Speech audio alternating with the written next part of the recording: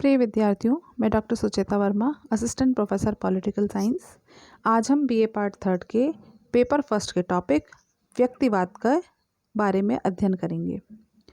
व्यक्तिवाद 18वीं सदी के मध्य में और 19वीं सदी की प्रमुख विचारधारा है। 18वीं व 19वीं सदी में व्यक्तिवाद यूरोप की राजनीतिक विचारधारा का केंद्र बिंदु था। इस विचारधारा में व्यक्ति को प्रमुख महत्व प्रदान किया जाता है। इस विचारधारा के अनुसार समाज और राज्य व्यक्ति के लिए हैं, न कि व्यक्ति समाज और राज्य के लिए। आदर्शवादी विचारधारा और सर्वाधिकारवादी विचारधारा में व्यक्ति की घोर उपेक्षा की जाती है। व्यक्ति की उपेक्षा व उसके खोए हुए सम्मान को व्यक्तिवाद ने पुनः प्रतिष्ठित करने का कार्य किया है। व्यक्तिवाद शब्द की उत्पत्ति फ्रांसीसी शब्द लेज़र फेयर से हुई है। लेज़र फेयर का अंग्रेजी अनुवाद लेट अलोन, व्यक्ति को अकेला छोड़ दो है। व्यक्तिवाद का अर्थ है राज्य और सरकार द्वारा व्यक्ति को स्वयं की उन्नति के लिए अकेला छोड़ देना चाहिए। व्यक्तिवाद के अनुसार व्यक्ति साध्य है, राज्य साधन। 19वीं सदी में व्यक्तिवाद को ग्रीस साहित्य ने प्रभावित व प्रेरित किया। तब से ही व्यक्ति को एक नैतिक पुरुष के रूप में स्वीकार किया जाने लगा। लिकॉक ने व्यक्तिवाद के संबंध में कहा, व्यक्तिवादी विचारधारा की व्याख्या करते हुए कहा जा सकता है कि शासन का एकमात्र कर्तव्य हिंसा और छल कपट से व्यक्ति की रक्षा करना है। व्यक्ति के जीवन में राज्य का सकारात्मक हस्तक्षेप, चाहे वह स्वयं उसके लाभ के लिए ही हो, वांछनीय नहीं है। राज्य द्वारा आर्थिक व्यवस्था को अपने हाथ में लेने या नागरिकों की आर्थिक गतिविधियों पर व्यक्तियों को हिंसा या छल कपट से बचाने के अतिरिक्त प्रतिबंध लगाने को भी औचित्यपूर्ण नहीं कहा जा सकता। व्यक्तिवाद की मान्यता है कि व्यक्ति अपने हितों का सर्वोत्तम निर्णायक है। राज्य को व्यक्तियों के कार्यों में कम से कम हस्तक्षेप करना चाहिए। लेज़र फेयर का अर्थ व्यावसायिक स्वतंत्रता भी होता है। राज्य मनुष्य की अपूर्णता का प्रतीक है। व्यक्तिवाद आर्थिक जीवन में स्वतंत्र प्रतियोगिता का समर्थन करता है। व्यक्ति अपने समय में ऐसा आर्थिक और राजनीतिक व्यक्तिवाद अपने समय का ऐसा आर्थिक और राजनीतिक आंदोलन है जो व्यक्ति की स्वतंत्रता को पूर्ण रूप से स्थापित करना चाहता है। व्यक्तिवाद का विकास। व्यक्तिवाद पूंजीवाद की प्रतिक्रियावादी विचारधारा है। व्यक्तिवाद विकासोन्मुख विचारधारा है। 13वीं सदी में यूरोप में पूंजीवाद का बोलबाला था। सामंतों का प्रत्येक क्षेत्र में अधिकार था। राजनीतिक, आर्थिक, व्यापारिक शक्तियों व स्थितियों पर सामंतों का घोर नियंत्रण था। इसी समय व्यापार में पूंजी की प्रथा का सूत्रपात हो गया था। व्यापारियों को भूमि व व्यापार करने हेतु सामंतों को असह्य व कष्टकारी कर टैक्स देना पड़ता था। व्यापारी वर्ग सामंतवाद से परेशान होकर येन केन प्रकारेण इनसे छुटकारा पाना चाहता था। इस हेतु व्यापारियों ने संघर्ष हेतु संघों का निर्माण किया। व्यापारी निरंकुश राजतंत्र से भी मुक्ति पाना चाहते थे। 16वीं सदी के प्रथम चरण में अनेक परिवर्तन हुए। फ्रांस और इंग्लैंड में पूंजीवादी वर्ग ने सामंतवादियों का खुलकर विरोध किया। 17वीं सदी में ब्रिटेन के पूंजीपतियों ने संसद द्वारा स्टुअर्ट वंश के शासकों के दैवी अधिकारों को चुनौती दी। हॉब्स, लॉक, रूसो, हीगल और पोसांके के विचारों का केंद्र बिंदु व्यक्ति ही था। इन विद्वानों ने प्रत्यक्ष और परोक्ष रूप से व्यक्तिवाद का ही समर्थन किया। वाहन, वोल्टेयर और लॉर्ड मैकाले ने भी मध्यम वर्ग को ही समाज का वास्तविक प्रतिनिधि बताते हुए व्यक्तिवाद का समर्थन किया। गार्नर के अनुसार 18वीं सदी के उत्तरार्ध में यूरोप में तानाशाही शासन के दोषों की प्रतिक्रिया स्वरूप व्यक्तिवाद का विकास हुआ। 1688 की ब्रिटिश की रक्तहीन राज्य क्रांति द्वारा संसद की सफलता द्वारा पूंजीपतियों ने अपने हितों को सुरक्षित किया। उग्र आदर्शवादियों ने भी व्यक्तिवाद को बढ़ाने में सहयोग प्रदान किया। अधिभूतवाद अर्थशास्त्रियों ने भी व्यक्तिवाद के विकास में महत्वपूर्ण योगदान दिया। उनके अनुसार राष्ट्रीय विकास के लिए राज्य का सामाजिक और आर्थिक क्षेत्र में हस्तक्षेप अनिवार्य रूप से नहीं होना चाहिए। क्विंसी ने अधिभूत अर्थशास्त्रियों का नेतृत्व किया और कहा कि निरंकुश स्वेच्छाचारी शासन का विरोध करना चाहिए। उत्पादन का कार्य प्रकृति के अनुसार नियंत्रित होना चाहिए। राज्य को आर्थिक क्षेत्र में हस्तक्षेप नहीं करना चाहिए। सिस्विक ने अपनी पुस्तक पॉलिटिकल इकोनॉमी में व्यक्तिवाद से मिलते जुलते विचार प्रस्तुत किए हैं।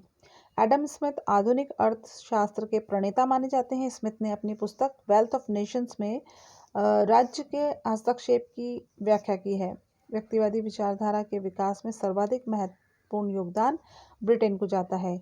ब्रिटेन में औद्योगिक क्रांति के बाद व्यक्तिवाद का श्रीगणेश हुआ। समाज में दो वर्ग क्रमशः पूंजीपति व श्रमिक औद्योगिक क्रांति के कारण ही अस्तित्व में आए। डेविड रिकार्डो के विचारों ने भी व्यक्तिवाद को बहुत प्रेरणा प्रदान की। डॉक्टर गणेश प्रसाद के अनुसार व्यक्तिवाद की पुष्टि 4 दृष्टिकोण द्वारा की गई थी। पहला दृष्टिकोण अर्थशास्त्र का, दूसरा उपयोगिता का, तीसरा J.S. मिल व चौथा स्पेंसर के जीवन शास्त्र का। बेंथम के विचारों ने भी व्यक्तिवाद के विकास में प्रेरणा का कार्य किया था। अब हम जॉन स्टुअर्ट मिल के विचारों को पढ़ते हैं। जॉन स्टुअर्ट मिल महान ब्रिटिश व्यक्तिवादी दार्शनिक थे। वह नकारात्मक स्वतंत्रता के सच्चे उपासक थे। उनने अपनी महान रचना 1859 में ऑन लिबर्टी स्वतंत्रता में स्वतंत्रता संबंधी विचारों की व्याख्या की है। मिल के विचारों पर उनके पिता जेम्स मिल और जेरेमी बेंथम के विचारों का प्रभाव देखा जा सकता है। ऑन लिबर्टी की तुलना मिल्टन की पुस्तक एरोपैजिटिका से की जाती है। मिल की अन्य पुस्तक पॉलिटिकल इकोनॉमी, राजनीतिक अर्थशास्त्र, एक पीढ़ी तक ब्रिटेन के पाठ्य ग्रंथ के रूप में प्रयोग होती रही। 1823 में मिल ने ईस्ट इंडिया कंपनी की सेवा करना प्रारंभ किया था। 1830 में वह श्रीमती टेलर के संपर्क में आए और मानवतावादी बन गए।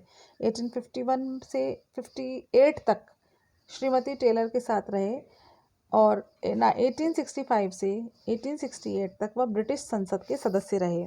1876 में इनका देहावसान हो गया। जेम्स मिल ने ऑन लिबर्टी में व्यक्ति की स्वतंत्रता पर 2 प्रकार के विचार प्रस्तुत किए हैं। पहली है विचारों की स्वतंत्रता और दूसरी है कार्य विषयक स्वतंत्रता। मिल विचार और भाषण की स्वतंत्रता के कट्टर समर्थक थे। उनका मानना था कि स्वतंत्र विचारों से ही समाज का विकास और कल्याण होता है और सत्य की सदैव जीत होती है। सत्य की खोज तर्क वितर्क द्वारा संभव है। मिल के द्वारा प्रत्येक व्यक्ति को विचार और अभिव्यक्ति की पूरी स्वतंत्रता का अवसर मिलना चाहिए। राज्य द्वारा व्यक्ति के विचार व भाषण पर किसी भी प्रकार का बंधन नहीं लगाया जाना चाहिए। विचारों का बंधन सत्य की मृत्यु है। विचार आंशिक रूप से सत्य और मिथ्या दोनों ही प्रकार का हो सकता है। मिथ्या विचारों पर भी बंधन नहीं होना चाहिए, क्योंकि मिथ्या विचार ही धीरे धीरे सत्य का रूप ले लेते हैं। जनता इतनी विवेकी है कि सत्य और असत्य के बीच में अंतर करके उसका ज्ञान कर लेती है। जनता सदैव सत्य का ही अनुसरण करती है। सत्य विचार विरोधी विचार के संपर्क में आकर परिष्कृत हो जाता है। मिल मूर्खों और सनकियों को भी भाषण की स्वतंत्रता प्रदान करता है। मिल का कहना है कि 10 मूर्ख व्यक्तियों में से 9 मूर्ख व्यक्ति हो सकते हैं, परंतु 10वां व्यक्ति मनुष्य जाति के लिए इतना लाभदायक सिद्ध हो सकता है जितने सर्वसाधारण मिलकर भी नहीं हो सकते। सुकरात व ईसा मसीह अपने काल के सनकी माने जाते थे, लेकिन उनका दर्शन और ज्ञान आज भी पवित्र और पूज्य है और जनता को, लोगों को मार्गदर्शन प्रदान करता है। मिल का मानना है कि बहुमत, परंपरा व असहिष्णु समाज भी व्यक्ति की स्वतंत्रता का हनन करते हैं। इन सबसे स्वतंत्रता की रक्षा की जानी चाहिए। मिल के अनुसार बहुमत सदैव ठीक नहीं होता, अतः बहुमत द्वारा अल्पमत का दमन नहीं करना चाहिए। सबाइन का विचार था कि मिल को डर था कि स्वतंत्रता के लिए सबसे बड़ा खतरा सरकार की ओर से नहीं आता, वरन बहुमत से आता है, जो नवीन के प्रति असहिष्णु होता है और विरोधी अल्पसंख्यकों को संदेह की दृष्टि से देखता है और जो अपनी संख्या के जोर पर उन्हें दबा देना चाहता है। जिन विचारों को जनता का समर्थन प्राप्त नहीं है, उन विचारों के दमन का अधिकार शासन को नहीं होना चाहिए। सर्वश्रेष्ठ सरकार की सबसे बुरी सरकार से अधिक अधिकार प्राप्त नहीं हो सकता। मिल के शब्दों में यह घातक है कि शासन इनका प्रयोग जनमत के विरुद्ध करता है। ज़्यादा घातक उस समय है जब इसका प्रयोग जनमत के अनुकूल किया जाता है। यदि एक व्यक्ति को छोड़कर संपूर्ण मानवता एक ही विचार की हो, तो भी मानवता को इस एक व्यक्ति को मौन रखने का अधिकार नहीं हो सकता। दूसरी है कार्य विषयक स्वतंत्रता। कार्य विषयक स्वतंत्रता को मिलने 2 भागों में बांट रखा है, स्वविषयक और परविषयक। कार्य की स्वतंत्रता से मिल का मानना है कि व्यक्ति का व्यक्तित्व निखरता है और व्यक्ति की आत्म उन्नति होती है। तो अब हम देखते हैं स्वविषयक कार्य क्या है। वे कार्य होते हैं जिनका संबंध व्यक्ति के व्यक्तिगत जीवन से होता है, जैसे खाना, पहनना, सोना, विचार विमर्श, चिंतन आदि। मिल का विचार है कि व्यक्ति को स्वविषयक कार्यों में पूर्ण स्वतंत्रता देनी चाहिए। यदि व्यक्ति जुआ खेलने और मद्यपान करने से समाज पर बुरा प्रभाव नहीं पड़ता, तो व्यक्ति को यह कार्य करने की भी छूट दे देनी चाहिए। व्यक्ति के रहन सहन पर समाज की परंपराओं का बंधन नहीं होना चाहिए। दूसरा है परविषयक कार्य। इसके अंतर्गत वे कार्य आते हैं जिनका संबंध अन्य लोगों पर तथा समाज पर पड़ता है। इसके अंतर्गत व्यक्ति के कार्य का संबंध संपूर्ण समाज और समूह से होता है। परविषयक कार्यों में व्यक्ति की स्वतंत्रता पर बंधन होता है। जब व्यक्ति के कार्यों का प्रभाव दूसरों की स्वतंत्रता पर कुठाराघात करता है, तो उसकी स्वतंत्रता पर समाज व व्यक्ति के हित में बंधन लगाया जा सकता है। विविधता से ही मानवीय प्रगति संभव है। समान जीवन सामाजिक पतन का मार्ग है। स्वतंत्रता रूढ़ि व रीति रिवाजों से मुक्त होनी चाहिए। परंपराएं एवं रूढ़ियां व्यक्तित्व के विकास में बाधक हैं। मिल के अनुसार वह एकमात्र उद्देश्य जिसके लिए व्यक्तिगत या सामूहिक रूप से मानव जाति को अधिकार प्राप्त है कि वह अपने किसी सदस्य की स्वतंत्रता में हस्तक्षेप कर सके, आत्मरक्षा ही है। वह प्रयोजन जिसके लिए सभ्य समाज के किसी सदस्य के विरुद्ध न्याय के रूप में उसकी इच्छा के विरुद्ध शक्ति का प्रयोग किया जा सकता है, यही है, और औरों को हानि न पहुंचा सके। उसके ही भौतिक या नैतिक हित के नाम पर उसने स्वतंत्रता में हस्तक्षेप नहीं किया जा सकता। अपने ऊपर, अपने शरीर और मस्तिष्क पर व्यक्ति संप्रभु है, परंतु निम्नलिखित परिस्थितियों में व्यक्ति से व्यक्ति की स्वतंत्रता की रक्षा के लिए राज्य हस्तक्षेप कर सकता है।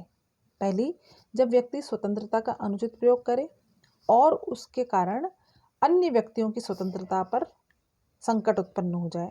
दूसरा, मनुष्य स्वतंत्रता का प्रयोग अनुचित तरीके से करता हुआ अपना कर्तव्य पालन भूल जाए। तीसरा, राष्ट्रीय संकट की स्थितियों का सामना करने के लिए व्यक्ति को उसकी स्वतंत्रता का कुछ भाग त्यागने के लिए बाध्य किया जा सकता है।